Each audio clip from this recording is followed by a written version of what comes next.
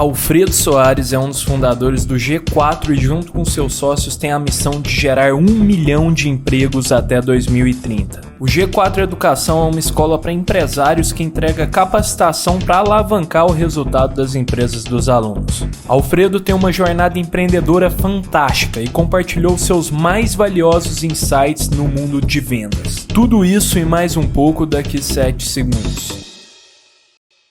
O Pode Sonhar é uma produção Doxa e Poder 360 para o Poder Empreendedor, uma editoria do jornal digital Poder 360. O Pode Sonhar tem o apoio do Sebrae. Turma, sejam muito bem-vindos ao Pode Sonhar, o podcast que é a casa do empreendedorismo jovem brasileiro. Lembrando também que o Pode Sonhar vai ao ar todas as terças-feiras às 23h30 no canal Empreender do Grupo Bandeirantes. E hoje estamos aqui com um convidado mega especial, Alfredo Soares, que é sócio fundador do G4. Alfredo, muito obrigado por ter aceitado o convite, cara. Prazerzaço te receber. Prazer é meu, pô. Acho que renovar os sonhos é sempre importante. Então, estamos aqui para aproveitar esse momento e revisitar nossos sonhos aí e sair daqui com novas ambições. Perfeito, cara. Vamos nessa. E a gente sabe, Alfredo, tanto que o empreendedor é orientado e guiado pelos seus sonhos. Seus objetivos, onde ele sonha em chegar no futuro. Então, cara, eu acho que o empreendedor tem que sempre se relembrar disso, do propósito. A gente estava falando disso mais cedo. Então, pô, vai ser um prazer conhecer um pouco dos seus sonhos, Alfredo. Eu queria, cara, para a gente dar o pontapé no episódio, você explicasse um pouco para quem não está familiarizado ainda o que é o G4, cara. Cara, o G4 é uma empresa que nasceu em 2018, 2019. Nasceu em 2018, né? A gente começou a operação em 2019. Eu, Thales, Nardon e Tony, a gente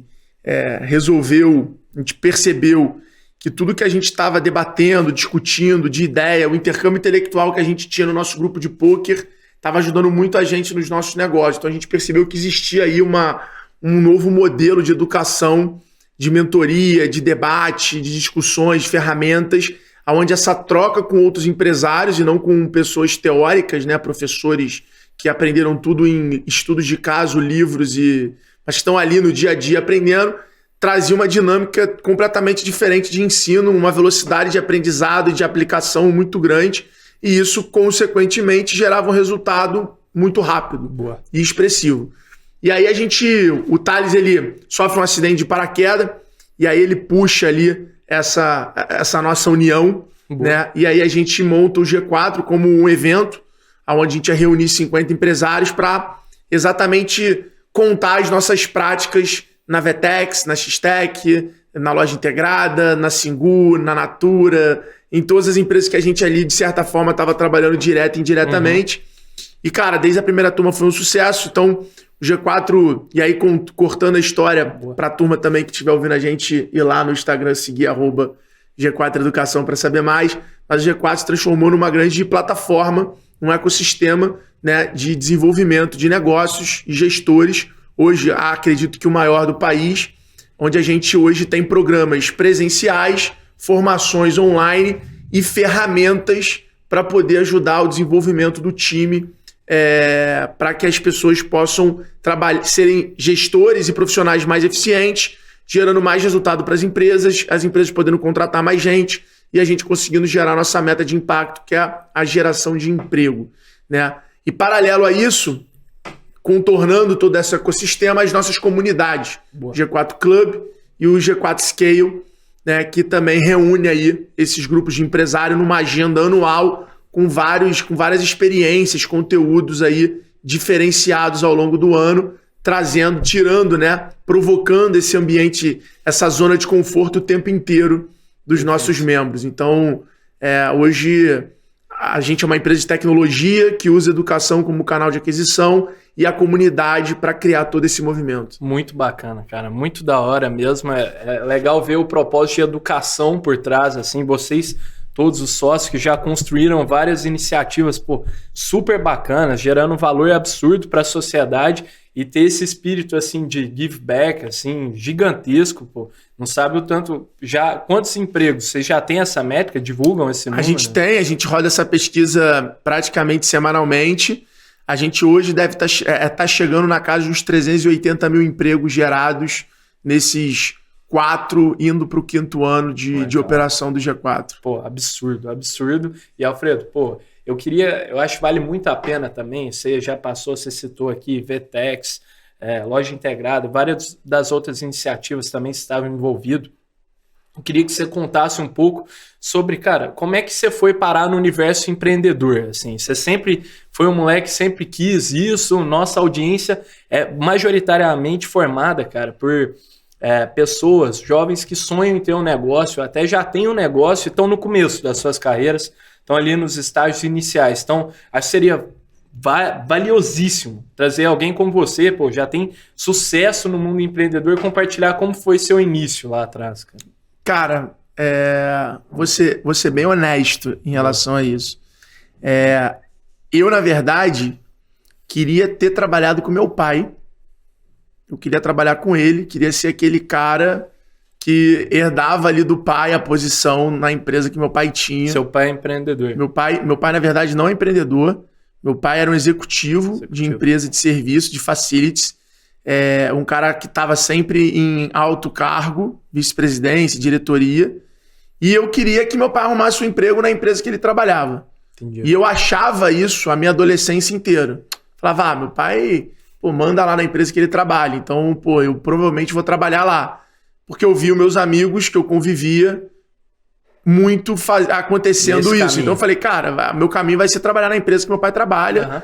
Ele é chefão lá, então ele vai me puxar para trabalhar em alguma coisa lá.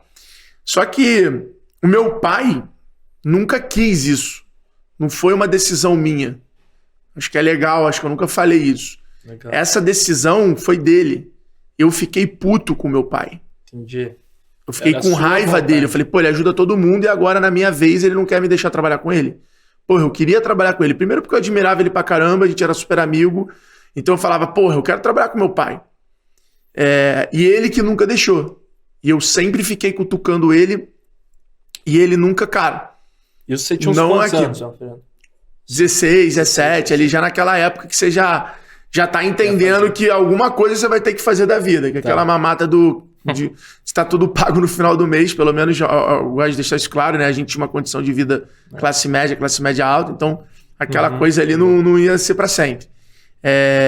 E aí, cara, o meu pai, ele me subornou para eu fazer concurso público. Ele chegou para mim e falou, olha, se você passar em algum concurso público, eu te dou um apartamento para você morar sozinho. Ele queria muito, né? Na época, o sonho dele era que eu passasse para ser salva-vida, porque eu jogava polo aquático, nadava todo dia. Então ele falava assim, cara, e eu gostava de surfar, e ele falava, cara, vai pra praia. Imagina você trabalhar na praia, eu te dou um apartamento na Barra. Então ele ainda me criou um incentivo. Tentador. Assim. Tentador para eu poder ir para essa linha, porque no final, qual era a preocupação dele? Estabilidade. E realmente, a geração do meu pai foi uma geração muito concursada. Hoje em dia você vê um perfil de pessoas procurando concurso muito diferente. Né? Você não vê esse protagonismo todo do concurso. Acho que o empreendedorismo roubou um pouco essa cena de que era nas famílias, né? Eu lembro o cara chegava super orgulhoso. Meu filho passou no Banco Central. Era o primo que concursava. Virou delegado e tal. Era tipo a parada, era outro nível. Era tipo assim, verdade. Você é um merda, esse aqui é o gênio. Sim. E hoje é o empreendedorismo um pouco roubou essa cena. Fulano de tal abriu uma empresa tal, tem uma empresa de não sei o que e tal. Então aconteceu isso comigo, cara. Então, o meu início no empreendedorismo não teve essa história romântica de eu sempre fui um cara empreendedor e tal. Não. Eu sempre fui um cara muito comunicativo, muito inquieto, tinha ambição, tinha vontade, tinha sonho material ali que era super importante. No início, o sonho material ele ajuda muito a lastrear a tua motivação. Né? Quando você às vezes não tem um sonho material, fica difícil você manter a motivação nos momentos difíceis. E vão ser mais momentos difíceis do que momentos prazerosos. E aí, cara, a coisa foi acontecendo. E aí, basicamente, o que rolou? Eu não quis seguir o que o meu pai queria. Eu não prestei vestibular, porque o Fluminense, que era onde eu jogava polo aquático, pagou minha faculdade particular. mas a minha faculdade era super fraca, não era uma faculdade de relevância. Então, naquela época, eu tenho 36, nessa época de 17, que eu entrei na faculdade com 17, currículo, meu irmão, faculdade influenciava muito para você entrar no estágio, no emprego. Então, pô, eu tava com um currículo fraco e aí eu comecei na faculdade. Ainda tinha o desafio da minha faculdade ser a 2 quadras da praia. Então eu ficava entre a aula e a praia todo dia. Não era fácil, era uma concorrência muito desleal. Sacanagem. Exato. Cara, e aí comecei na faculdade. Logo no primeiro período, ali no final do primeiro período, teve um trabalho em grupo que a gente meio que simulava montar uma agência. Aí, pô, eu fui super bem, falei, cara, vou tentar um estágio. Cara, eu tentei 6 estágios, fui rejeitado em 6. Boa. E aí eu falei, cara, porra, todos meus colegas no final do primeiro período já sendo estagiário aqui, estagiário ali. Aí eu cheguei pro meu pai de novo e falei, pô, pai, posso estagiar na sua empresa? Ele, não quero misturar as coisas. Eu falei, porra, caraca, nem na minha área o cara quer deixar.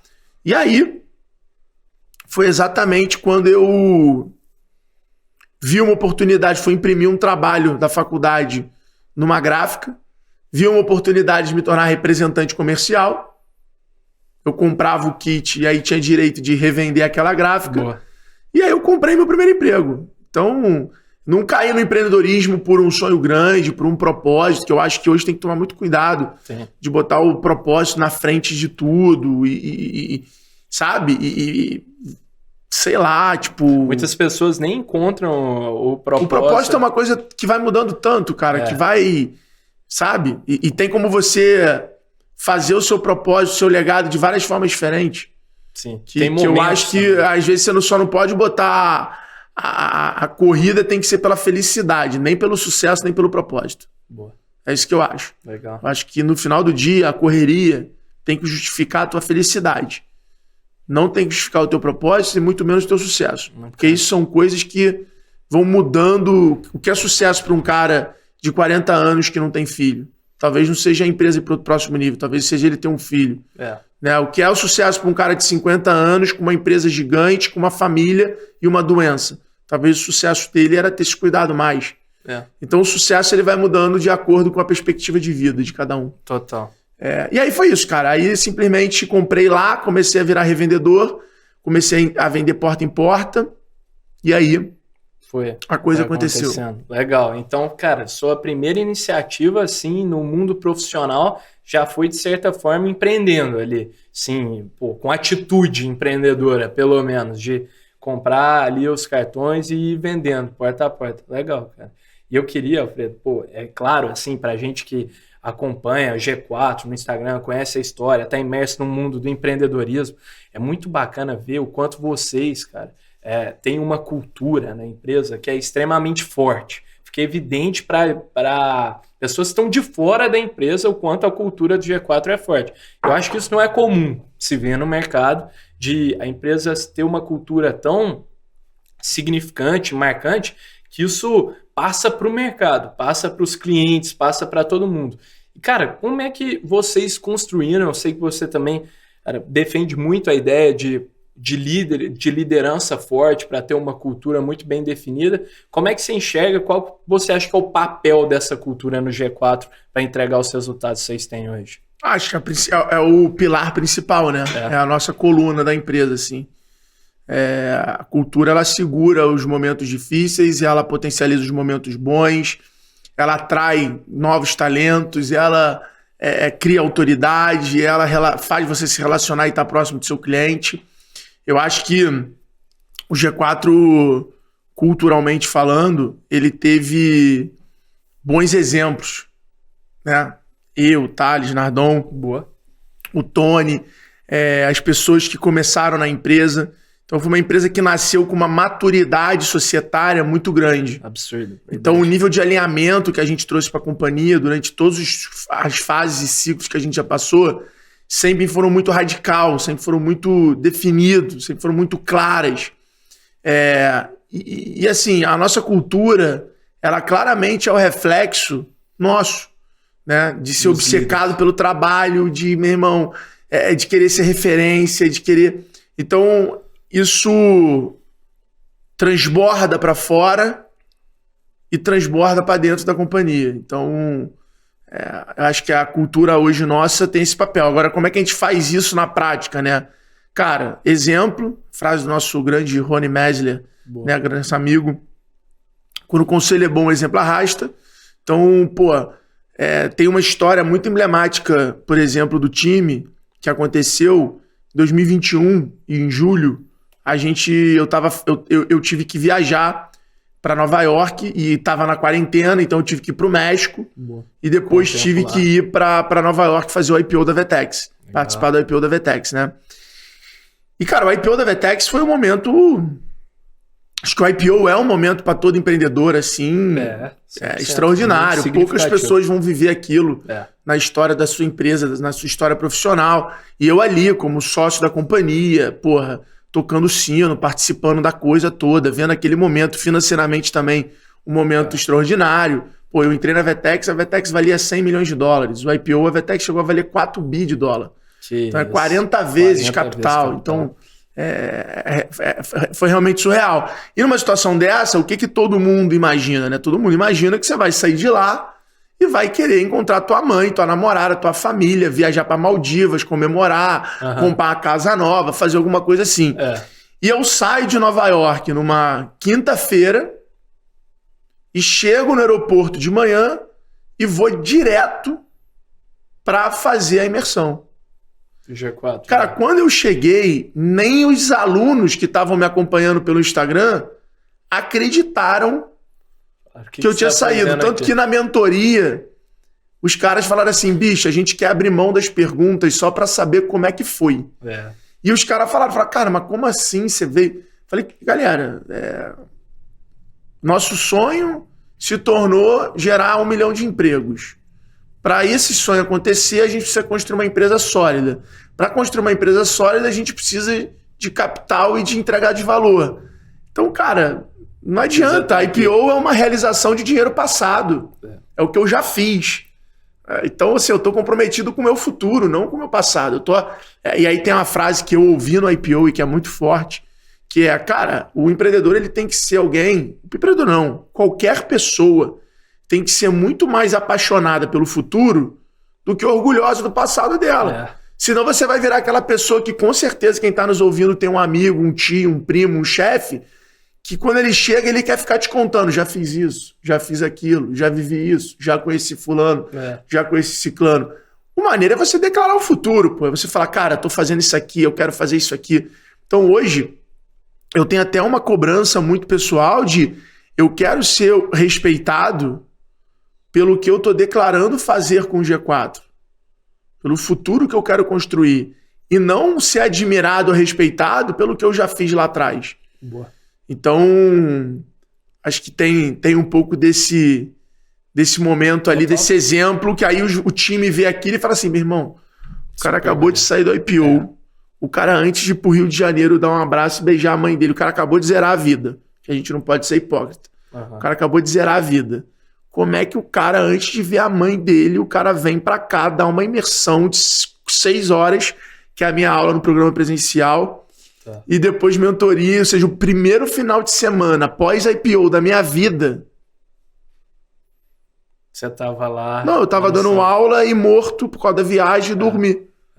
Aí o time vê aquilo ali e fala assim, mano, os caras estão muito comprometidos. É uma baita mensagem. Aí o que o cara vai fazer? O cara vai falar, puta, hoje eu acordei com o nariz escorrendo. Não tem. Porra, não tem como. Então, acho que muito da nossa cultura, e eu tô dando o meu exemplo, mas aí, você tem N exemplos do Thales, um dos caras mais estudiosos, mais disciplinados, o cara que, meu irmão, é pró-negócio o tempo inteiro. Aí você tem o Nardão, que é outro cara também que bota o negócio em primeiro lugar, que é obcecado por cultura, por time bom, por gente boa. É um cara que não aceita mediocridade em nada. Aí, o Tony é um cara que topa qualquer parada, um cara que, tem uma humildade gigantesca, não tem ego nenhum, tá sempre ajudando, sempre tirando coisa do papel, sempre apoiando. Então, cara, o que o time vai falar, entendeu? Não tem como. Então, aquilo ali não é uma cultura que tá na parede, que foi escrita no PowerPoint para apresentar pro time na convenção. É o que a gente vive todo dia, Perfeito. São as atitudes da nossa empresa todo dia. É uma baita mensagem. Pô, Exato. não tem como, não tem o que falar. Você, o líder, fundador da sua empresa está tão comprometido, o time vê isso, fica fascinado, né? Pô, é isso o exemplo que eu quero dar e isso passa para o mercado. Pô, os clientes estavam lá vendo o que estava acontecendo. O questionamento é esse, cara, se os caras estão nessa, como é que a gente vai fazer diferente? É isso. Legal. Então, acho que a cultura está muito associada ao exemplo. E aí, cara, o que mantém a cultura são as rotinas e os rituais. Então, esses, para mim, são os 2 R's ali, estratégico para a cultura da companhia. Show, bacana. Eu quero falar mais, cara, sobre essa cultura. É muito bacana ver o quanto você também é orientado a colocar o cliente no centro, Alfredo. Você está falando, pô, tava lá em imersão, eu tinha que responder as perguntas, porque, cara, os caras estão ali gerando e nós precisamos gerar emprego, gerar vendas, porque é isso que vai garantir a conquista do sonho lá na frente.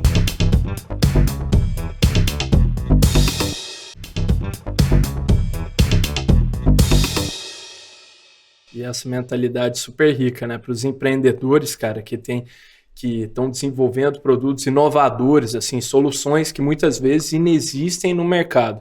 Então, colocar o cliente no centro e entender, cara, as dinâmicas muito bem, o que é a dor de um grupo de clientes, pô, fundamental, né? É o trabalho. É o trabalho. Então, a gente lá costuma muito a olhar isso.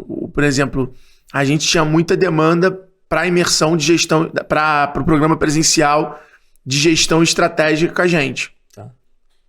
E a gente começou a ver que existia uma quantidade de leads que se aplicava para fazer a programa presencial e que não estava no momento de discutir estratégia, estava no momento dele revisitar a tática, ou seja, dele aprender como fazer ainda. Uhum. E aí a gente lança o G4 Traction, que hoje é um dos nossos programas mais comprados, que é para quem tem empresa de 1 a 10 milhões e quer dar tração ao crescimento. Ou seja, alguém que já encontrou o produto market fit, já sabe ali quem é o seu cliente, qual o canal funciona, como é a tua operação, mas ela está crescendo e ela quer acelerar esse crescimento. Ela quer melhorar a liderança dela, ela quer melhorar a contratação, ela quer ter mais dados para analisar, Boa. Ela quer melhorar o processo de vendas dela e ela quer começar a implementar esses rituais. Por quê? Porque exatamente esse é um ponto que acontece. Qual é o ponto da empresa que começa a ter um desafio cultural evidente? Porque o desafio cultural acontece quando tem um dono e 2 funcionários. Mas quando você passa de 30 pessoas... 30 pessoas é um número, assim. Acende novos problemas, assim, maiores. Entendi. Fica muito mais evidente. Então, mas não é mais só o que você pensa. As coisas não funcionam só quando você aprova, quando você assina.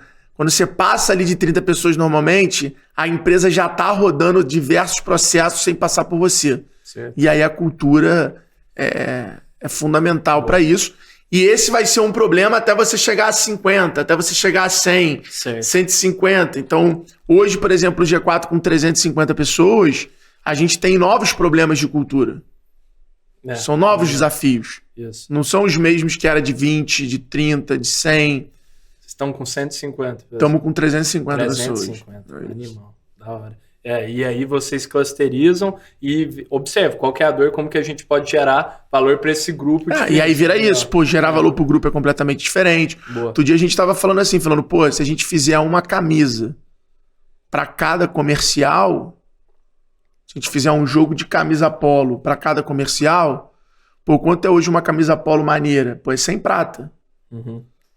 100 prata. Quantas camisas eu tenho que fazer pro cara? 3. Eu tenho 110 comercial, são 330 camisas.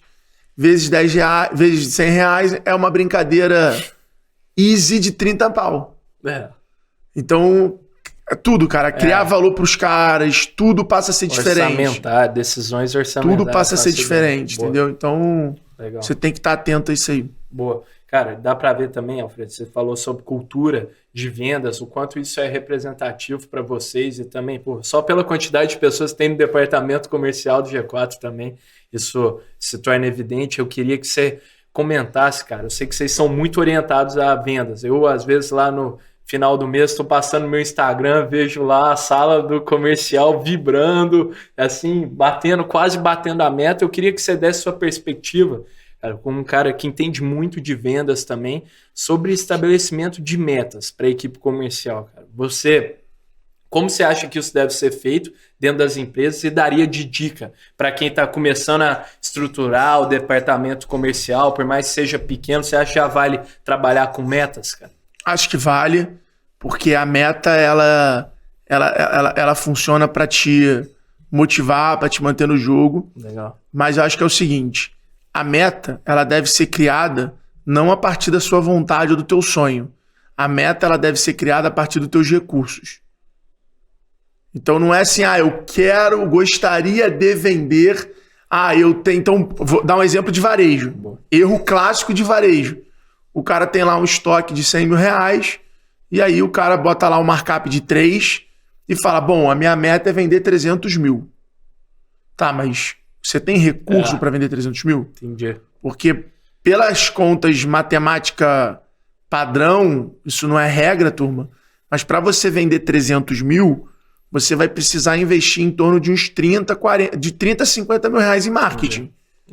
Então não adianta você ter uma meta de vender 300 mil porque você tem 100 mil em estoque e você quer vender o estoque inteiro. Não é realista. Você tem que olhar pro teu recurso e falar assim, cara, beleza, eu vou botar 50 mil em marketing. Tá, mas você tem o profissional, você sabe quais canais, você tem essa informação para você poder criar essa meta?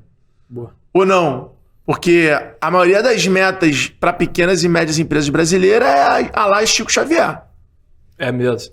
O cara abre o caderno e psicografa lá. Esse mês eu acredito que a gente tenha que crescer 30% em cima do mês passado. Com isso, sobretudo, entretanto, faturar. Coloca então, assim, onde ele quer chegar e não olha para dentro de casa. Meta não é uma questão de vontade, meta é uma questão de matemática. Então é você analisar o teu recurso, entender, e recurso não é só financeiro. É recurso, dinheiro, time, ferramenta, histórico, dados. Esses são os seus recursos, são os seus insumos para você olhar para aquilo ali e falar assim, bom, cara, a gente pode fazer isso aqui, a gente pode chegar naquilo ali, entendeu? Então, tem muita empresa, por exemplo, que cria a meta de venda, mas não tem previsibilidade nenhuma de número de leads, de número de pessoas. Então, como é que uma loja de roupa vai falar assim, não, a minha meta hoje é vender 100 cafés? Tá, mas e aí? Sim. Baseado em quê? E é importante achar esse ponto de equilíbrio também, de ao mesmo tempo ser atingível, ser uma meta realística, olhando para os recursos, ser algo que puxa o time, né, Alfredo? Pô, não adianta ser só atingível e ser moleza de conseguir ali, dados os recursos da empresa. Então vejo que lá no G4 também é sempre ali... Não, tem que ter um racional. A questão é olhar e falar assim, tem um racional. Então muitas vezes a gente não bate uma meta, a gente vai olhar e falar assim, pô, a gente errou aqui. A gente não olhou esse fator. Entendi. Então, cara, a venda é um organismo vivo na empresa. Nenhuma empresa hoje vai vender do mesmo jeito por muito tempo. As estratégias mudam, os canais mudam, as coisas vão se transformando. O motivo que as pessoas, por exemplo, no G4, no primeiro ano, as pessoas compravam o nosso passado. Então as pessoas compravam o G4 para estar com Alfredo, Thales e Nardon e querer saber o que a gente fez na nossa história, que as nossas empresas se destacaram nos seus setores. Boa. Era isso. É verdade. No segundo ano para o terceiro, as pessoas já começaram a comprar o G4 para saber do G4. Hoje, 100% dos meus alunos tá cagando para Vetex, ou para Loja Integrada, ou para X-Tech, ou para Singu, ou para Easy Carros. Eles estão querendo saber, cara, como é que você faz isso no G4? Como é que você faz isso no G4? Como é que você faz aquilo? Como é que você tá olhando para isso? Boa. Entendi. Que era um aprendizado prático dos que você está... Ou seja, o motivo que eu vendo hoje é outro. A percepção de valor hoje é outra. Há 3 semanas atrás eu peguei uma coisa que a galera não tinha entendido. Fica aí uma dica tática para a turma. Existe só se fala em qualificação de lead. Esse é o termo que você procurar na internet. Quando você trabalha com funil de vendas, tal, qualificação de lead. O lead está qualificado, não está qualificado. Mas existe um outro ponto muito importante, que é a maturidade do lead de comprar o teu produto. Boa. Verdade. Então, uma coisa é você ser empresário. Vou tentar tirar o exemplo do G4. Tá. Tentar dar um exemplo maluco. Uma coisa é você ser empresário, você fatura mais de 20 milhões por ano, e você é apaixonado por barco, você está qualificado, você é empresário, lucra 5 milhões por ano, casado, você está qualificado para ter um barco? Tá. Uhum. Agora, qual é o teu nível de maturidade? Você tem uma casa de praia? Entendi. Você vai quantas vezes para praia por mês? Legal. Você já teve barco? Isso tudo... Tem medo de água? Isso tudo aqui isso é louco, né? vai mudar os argumentos que eu vou te vender o barco.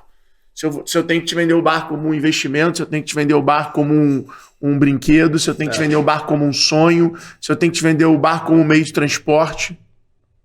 Que bacana, cara. Muito Então bacana. existe a qualificação, mas também existe a maturidade do lead. Foi uma coisa que a gente descobriu há pouco tempo no G4. A gente estava vendendo do mesmo jeito para todo lead. O lead era qualificado, vamos vender. Mas quantos leads o cara só não viu alguém fazendo G4, clicou no anúncio, se cadastrou e recebeu uma ligação do vendedor falando assim, você conhece o Alfredo? Não, você vai ter aula com o Alfredo. O cara vai virar e vai falar assim, porra, quem é o Alfredo, meu irmão? É o cara que traz o Neve? Foda-se quem é o Alfredo. Você tem que adaptar a comunicação. Não, porque o nosso fundador aqui, o Thales Gomes... Quem que é Thales Gomes, cara?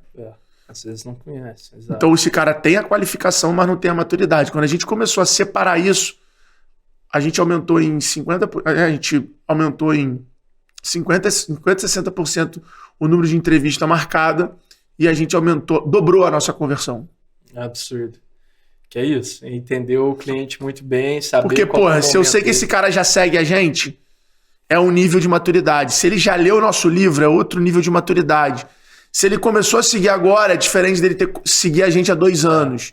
Porra, se ele já ouviu algum amigo fazer, é outro nível de maturidade. Se ele só tá curioso, é outro nível. Então, como é que eu crio diferentes valores para esse cara? Então, por exemplo, hoje eu sei que se o teu amigo fez o G4, eu posso te convidar para um evento presencial, porque você já tem endosso, você tem prova social. Então, a minha chance de te vender já justifica eu te levar para um evento presencial. Legal. Pô, agora, se você viu no Instagram do fulano, eu não vou gastar o dinheiro de 300, 400 reais hoje em dia, tempo, comida, de um custo de uma pessoa num evento presencial, para te levar para um evento presencial. E mais, não faz sentido, você não está nesse momento ainda. Antes de te trazer para um evento presencial, eu tenho que fazer você ouvir podcast, eu tenho que te mandar um livro, eu tenho que te mostrar meus melhores posts, eu tenho que fazer você me seguir. Tem outras coisas para te botar no nível de maturidade a ponto de valer a pena eu te levar. Então hoje, por exemplo, no G4, a gente usando essa metodologia, a gente faz eventos presenciais para 150 pessoas que costumam gerar mais de R$1 milhão em vendas. Olha só. Mas você fala assim, mas você faz o evento e convida? Não. A gente pega um evento para 150 pessoas, tem que ter no mínimo 20% de cliente. Tem que ter no mínimo 50% de lead que está em negociação. Tem tudo racional. Tem todo um racional, tem uma engenharia por trás da parada para que ela realmente funcione. Não é tipo, bora fazer um evento. Sim, perfeito.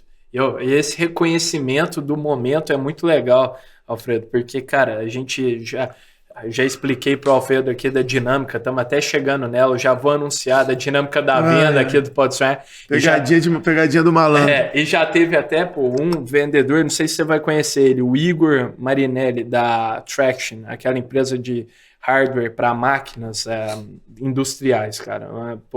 Eles foram avaliados, levantaram a última rodada R$1 bilhão, foram avaliados agora. E aí ele fazendo o processo de venda aqui comigo, Alfredo, ele até falou assim, cara, então você não está maduro o suficiente para comprar esse produto, você não vai ser meu, não vou tentar te vender isso aqui agora, que não é o momento, né? Que é esse reconhecimento de, cara, que você está explicando na prática, assim, de qual que é o momento do cliente, será que ele está pronto para comprar ou não, eu tenho que desenvolver ele, oferecer um post, um livro, seguir a gente nas redes sociais e tal. Então, só isso aqui valeu a pena pra caramba já de insight, baita aprendizado aí pra turma. E, Alfredo, agora, cara, o feitiço virou contra o feiticeiro. O Alfredo tá procurando o objeto, mas a gente sempre faz uma dinâmica, turma, para quem tá conhecendo Pode Sonhar pela primeira vez com nossos empreendedores, que todo empreendedor deve ser um bom vendedor, necessariamente. Vendendo o sonho, vendendo a cultura da empresa, vendendo o próprio produto. Então, tá sempre vendendo. Então, aqui no Pode Sonhar a gente se inspira naquela cena icônica do filme do Lobo de Wall Street, em que o personagem interpretado pelo DiCaprio pede para um dos funcionários vender a caneta. Só que aqui no Pode Sonhar a gente substitui a caneta por um objeto surpresa, Alfredo. E o objeto da vez, cara, é uma esponja de limpeza, cara. É uma esponja, uma bucha. Como é que vocês chamam no Rio, Alfredo? Bombril, né? Bombril? Chama de bombril. Pode ser. Cara, não é nem bombril, tem que vender Scott Bright. Aí é isso, cara. Aí eu vou dando um tempo pra você pensar, enquanto isso eu vou dando um recado para as marcas que queiram nos apoiar aqui no Pode Sonhar. Levar aprendizado para mais novos jovens empreendedores que estão começando um negócio, estão sonhando em começar um negócio para gerar valor para a sociedade. Não hesitem em entrar em contato conosco na descrição desse episódio. Nosso canal do YouTube, Pode Sonhar Podcast, vai ter um link para um formulário e o nosso e-mail. A gente vai ficar muito feliz em bater esse papo com vocês. Fechou? Tamo junto, turma. E aí, Alfredo, cara? É agora eu tenho que vender? É agora, cara. Tá moleza ou não? É. Você faz comida em casa? Cara, fazer não, mas eu vou te dar uma dica aqui, cara. Eu como congelados, mas como em casa. Assim. Já vai vender alguém, né? Não vou vender não. Eu como congelados, Live Up. A marca pra você. Inclusive, muito obrigado. Aí, ó, paga nós, Ivan. Não, porque hoje em dia o mundo tá cheio de bactéria, né? E tá cada vez mais difícil. E esse desafio é muito, muito ruim. Tinha que ter mandado antes pra pensar. Mas o que eu ia te falar é o seguinte, cara. Se você come congelado em casa, é super importante você manter os seus pratos limpos. Perfeito. Né? Então, isso aqui na verdade é só uma amostra, porque eu nem te recomendo. Porque se você faz 3 refeições por dia em casa, dá mais ou menos 15 pratos por semana. Incluindo que final de semana você saia. Então a gente tá falando de 60 pratos no mês que você limpa. Então eu não te recomendo nem a comprar uma, eu te recomendo a comprar pelo menos uma esponja por semana para que você mantenha realmente todas as bactérias e mantenha todo o seu... Como é que é o nome? Não é prato, não é? Para que você mantenha sempre... Porque a questão não é tá limpo. Tá limpo eu sei que você consegue fazer com a mão mesmo lá, como muita gente faz. Sim. Mas essa esponja você consegue realmente, utilizando esse lado aqui, você tira a sujeira... E esse outro lado aqui você mata as bactérias. Perfeito. Então, eu não tô te falando aqui de uma questão de limpeza. Eu queria te mostrar uma questão de saúde. Porque a gente sabe que hoje todo mundo busca longevidade. Então, os alimentos são coisas que carregam diversas bactérias diferentes. Então, você utilizar desse produto aqui, eu estaria dizendo que além de ter tudo super limpo, você também vai estar contribuindo com a tua saúde. É isso. Vou levar, Alfredo. Muito bom. Mandou bem, cara. Vendeu o futuro, a longevidade, igual você tá falando. Tá fácil, pô. Mandou bem. E a gente passa esse Tem uma história dessa, muito engraçada. Eu tava no Ano Novo em Trancoso. E eu não bebo, né? Mas normalmente, férias, assim, tal, eu dou uma relaxada. Boa. Eu não bebo porque eu não gosto mesmo. Não é por nada demais, não. Tá. E aí, o que rolou? Foi muito bom. O cara me encontrou e falou assim, caraca, ele tava doidão já. Caraca, o moleque do Bora Vender, meu irmão. E aí, eu te sigo e tal. Não era. Aí eu falei, aí, irmão. Aí o amigo dele passou, ele pegou e falou assim, meu irmão, esse moleque aqui, ó, ele vende até areia. Aí eu olhei pra ele e falei assim, areia não. Eu vendo um objeto decorativo que traz a energia da praia pra dentro do teu ambiente e absorve toda a energia negativa que tiver naquele lugar ali, sem contar que decora a tua casa com esse astral da praia. O moleque tava meio doidão, ele não entendeu, ele falou assim, caralho, irmão, se tivesse uma arrasta pra cima, eu comprava essa parada. Te fazia o Aí eu falei assim, infelizmente já tá esgotado, mas coloca aqui seu cadastro que eu te aviso quando chegar. Aí o moleque falou, porra, meu irmão, te falei, é o vendedor.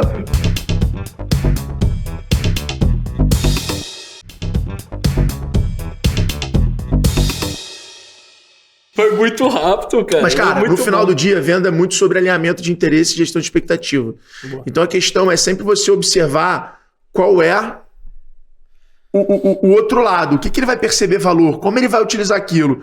Então, pô, parece que não, e é óbvio que a gente está fazendo um negócio aqui né, muito mais Uma incrementado, brincadeira, uma brincadeira. Mas quando você pega uma esponja... Cara, vender uma esponja para uma empregada é diferente de vender uma esponja para um cara, que é diferente de vender uma esponja para uma mulher, Perfeito. que é diferente de você vender uma esponja para quem tem filho. Então, você vai no mercado, eu amo varejo, então eu gosto muito de ir no mercado, você vai vendo o quantas pessoas... leite, aí você tem, meu irmão, um quarteirão com leite. É. Aí tem lá, leite bom para grávidas. A galera vai começando a criar esse contexto para exatamente destacar essa conexão e dar um valor, um significado completamente diferente naquela parada. 100%. 100%. E é isso, é entendimento do público-alvo. Muito legal. Tem uma Fred. frase Diga. que eu gosto muito, eu uso na minha aula do G4, que é alinhamento de interesse e gestão de expectativa. Quando você consegue alinhar o interesse e fazer a gestão de expectativa da pessoa, dá bom. Porque a venda, ela deveria... O fim dela deveria ser o encantamento. O encantamento é você fazer o que você prometeu. Uhum. É o teu produto, o teu serviço, fazer o que ele prometeu. Então, pô, qual é o encantamento de uma roupa? É você se sentir bem. Uhum. É isso. É você se sentir, porra, na moda, se sentir confortável, se sentir bem. E isso tudo é sobre alinhamento de interesse e gestão de expectativa ao longo da jornada. E aí eu tenho um exemplo que eu gosto de dar sobre isso. Boa. Qual é a marca mais mágica do mundo? Magia. Diria Disney. Disney. Qual é o negócio maior da Disney? Hoje deve ser os streamings, tá maior que os parques ou não? Não sei, mas Não os sei mais também. famosos. É, Os parques. os parques, os mais E famosos. são parques de... De diversão. E o que você mais enfrenta neles? Fila. Não faz sentido nenhum. É. Você passa um dia na Disney pra ficar 2 minutos em cada brinquedo e 40 minutos em média em cada fila. É. E sai todo mundo feliz e encantado da Disney. Por quê? Porque a Disney alinha o interesse e gerencia a tua expectativa. Como isso, Alfredo? Simples. Antes de você entrar no brinquedo, o que a Disney faz você saber? Quanto tempo vai demorar para você verdade. andar naquele brinquedo. Então ela tá alinhando contigo. Ela tá falando, olha, você quer andar no Avatar? Tá 2 horas e meia de fila. Ela alinhou o interesse contigo. Você quer andar, é 2 horas e meia. Agora, aí ela vai gerenciar a tua expectativa. Ela coloca locker para tu não ficar na fila segurando bolsa. Ela coloca banheiro para você não ficar na fila com vontade no banheiro. Ela aumenta a área do brinquedo para que você consiga ter a sensação de que você tá antes do brinquedo já participando da atração. Vai se entretendo. Então na você vai fila. se entretendo, você vai participando. Então, Verdade. cara, é o que a gente precisa fazer nas nossas empresas, né? É o que a gente tenta fazer no G4, por exemplo. Então, o cara, quando ele fecha o G4, pô, ele já começa a ter um onboard, já começa a ter uma experiência, aí ele vai pra imersão, aí ele aumenta o network dele, ele posta que tá lá. Aí, pô, quando ele posta que tá lá, todo mundo que ele conhece começa, porra, vale a pena, é maneiro, cara, você tá aí, porra, sou fã desse cara, gosto do fulano, porra, conheci o ciclano daí, porra, meu amigo fez também. Isso faz o quê? Faz o nosso aluno se sentir importante. Absurdo. E no final, o ser humano, ele é carente, ele quer se sentir importante, né? Todos somos. Essa é a real. Só muda a forma como a gente preenche isso, esse vazio. Mas no final todo mundo é. Todo mundo quer se sentir amado, reconhecido, né? Protegido. Isso é princípio básico nosso como ser humano. Então, cara, alinhamento de interesse e gestão de expectativa, eu acho que é uma boa pegada aí. Perfeito, boa. E isso é muito bacana também, até para, o quanto é valioso isso para aumentar o LTV do cara, recomprar essa gestão de expectativa, você entrega mais, o cara fideliza, né, Alfredo? Então isso é muito bacana. Eu separo, né? No meu funil, existe o comprador, que é a venda, é o cara comprar você, e o consumidor, que é o cara consumir. Então, vou dar um exemplo aqui da loja integrada, que é um negócio que eu sou sócio, conselheiro. Boa. E hoje é a plataforma mais popular do Brasil de loja virtual, né? Cara, o cliente não se torna cliente quando ele paga. Porque o dinheiro não é ferramenta de seleção e nunca foi. Total. O cliente, ele se torna cliente quando eu entrego o que eu prometi para ele. Então, ele pagar só tá me dizendo que ele vai dar mais atenção para mim e esforço. Olha que bacana isso. Mas a minha promessa foi venda pela internet. Quando ele bota a loja do ar, ele virou meu cliente? Não. Não necessariamente. Ele se torna meu cliente quando ele vende. Quando o cara atinge o job to be É igual done que o você Uber. ofereceu. O Uber não é quando você pede o carro que você... Não é quando o carro te pega. É quando o carro te deixa no teu destino. Até lá pode dar 1 milhão de merda. E essa é uma mudança no mindset do empreendedor absurda, assim, porque ele passa a enxergar outras coisas e ver o negócio para resolver os... Mas aí tem um ponto legal, que eu acho que é onde o G4 hoje fomenta o empreendedorismo e um novo nível de gestão profissional, que é o seguinte: o Brasil é um país que é top 3 do mundo em empreendedorismo. Só que não é um empreendedorismo planejado. É um empreendedorismo na raça, é um empreendedorismo de oportunidade. É o cara que foi despedido e precisa continuar pagando aluguel. É o cara que o dono da empresa morreu e o cara teve que herdar uma empresa sem saber. É o cara que herdou uma empresa de família porque o pai ficou doente ou largou a mão. Então, quando você pega o Brasilzão, as pessoas são jogadas ao empreendedorismo. Elas não se formam para ser empresárias e tal. Total. Entende? Então, você tem muito empreendedor. Hoje, as grandes marcas de moda nasceram do sonho da pessoa de ter um negócio de moda. A pessoa não se preparou para aquilo, não teve nenhuma, sabe? Conhece essas siglas. Então é natural ter tudo isso. E pelo contrário. E esse nível de vulnerabilidade de empreender na necessidade também foi o que fez a galera ativar um modo sobrevivência que faz você aturar muito mais coisa, faz você passar por muito mais coisa. Perfeito. Muito da hora, Alfredo. E, cara, a gente começou o papo falando de sonhos, da importância disso. Para finalizar, a gente só tem mais poucos minutinhos, 2 minutinhos. Eu queria que você contasse, cara, o seu sonho como empreendedor. Do G4, você já compartilhou, cara, de gerar quantos empregos, Alfredo? Desculpa. 1 milhão. 1 milhão. Até 2027. Então, o meu grande sonho hoje, sendo muito sincero, eu me considero um cara super realizado financeiramente, super realizado no trabalho, o que eu já vivi, os reconhecimentos que eu tive, as pessoas que eu conheci. Cara, eu escrevi um livro com o Nizam Guanais, que era o meu ídolo máximo. Pô, eu recebo... sou amigo do Adib, do Benchimol, dos caras que são referências da minha geração. Os caras, pô, faço kite com o Benchimol, porra, sabe, viagem... Porra, eu não sei se teria um nível de reconhecimento maior do que isso, do que esses caras, de certa forma, te respeitarem, te ouvirem, etc. Né? Sou conselheiro de empresas que eu admiro.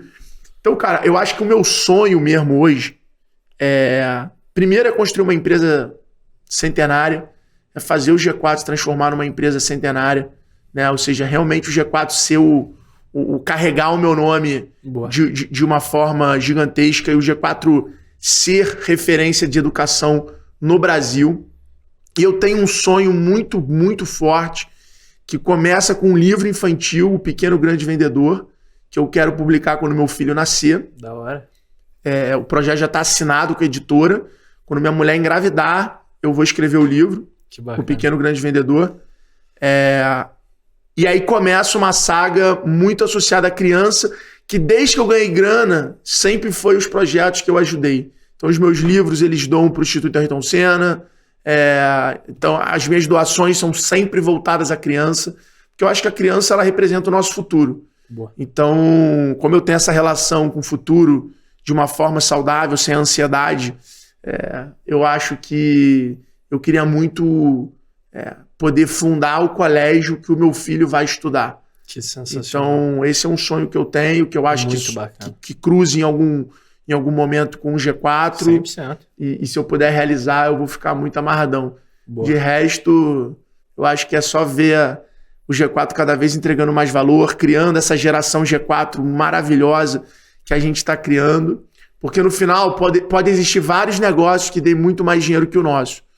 Mas o sentimento de um cara te parar no aeroporto, te parar numa festa, te parar numa rua e falar que uma live, que um conteúdo, que o teu livro, que a imersão, que o sonho dele ainda tá lá, cara, isso que eu já vivi hoje, e tenho certeza que a gente vai viver cada vez mais exponencial, porque a gente vai chegar nos 4 cantos do Brasil, é uma parada que não tem preço, assim, é muito legal. E de resto, dá pra gente acabar fazendo tudo que a gente quer fazer. Boa. Alfredo, cara, queria te agradecer imensamente, cara, por todos os aprendizados aqui compartilhados. Eu aprendi demais, tenho certeza que a galera que tá nos ouvindo também. Obrigado, cara. Eu vou deixar um presente pra turma que tá nos ouvindo. Boa. Quem quiser, eu vou deixar 7 dias grátis do G4 Skills. É só ir lá no @G4 Educação e falar, ouvindo o podcast lá do Pode Sonhar. Perfeito. E quero meus 7 dias grátis do G4 Skills. E para quem gosta de ler, eu vou deixar o meu livro novo. Vou deixar o meu primeiro livro. Esse aqui é o meu livro novo, né? Pra turma conhecer. Legal. Tá em todas as livrarias do Brasil. Mas o meu primeiro livro, Bora Vender, eu vou dar de presente pros seus ouvintes. Só ir lá no meu Instagram, @Alfredo Soares. Mandar também, quero o meu livro, ouvir no podcast. Eu vou dar o link pra turma baixar. Para quem quiser acessar, é só acessar www.boravendedigital.com.br. Fica um presente aí para todo mundo que assistiu a gente até agora. Boa. Obrigado, Alfredo, novamente, cara. Valeu todo mundo que assistiu até aqui, turma. Lembrando que o Pode Sonhar vai ao ar todas as terças-feiras. Nosso canal do YouTube, Pode Sonhar Podcast, em todos os streams de áudio. No canal do YouTube do Poder 360 e no canal Empreender do Grupo Bandeirantes. Não se esqueçam de curtir esse vídeo, se inscrever no nosso canal e, do mais importante, comentar o que você achou. Fechou? Vejo vocês na próxima e tamo junto. O Pode Sonhar é uma produção Doxa Poder 360 para o Poder Empreendedor, uma editoria do jornal digital Poder 360. O Pode Sonhar tem o apoio do Sebrae.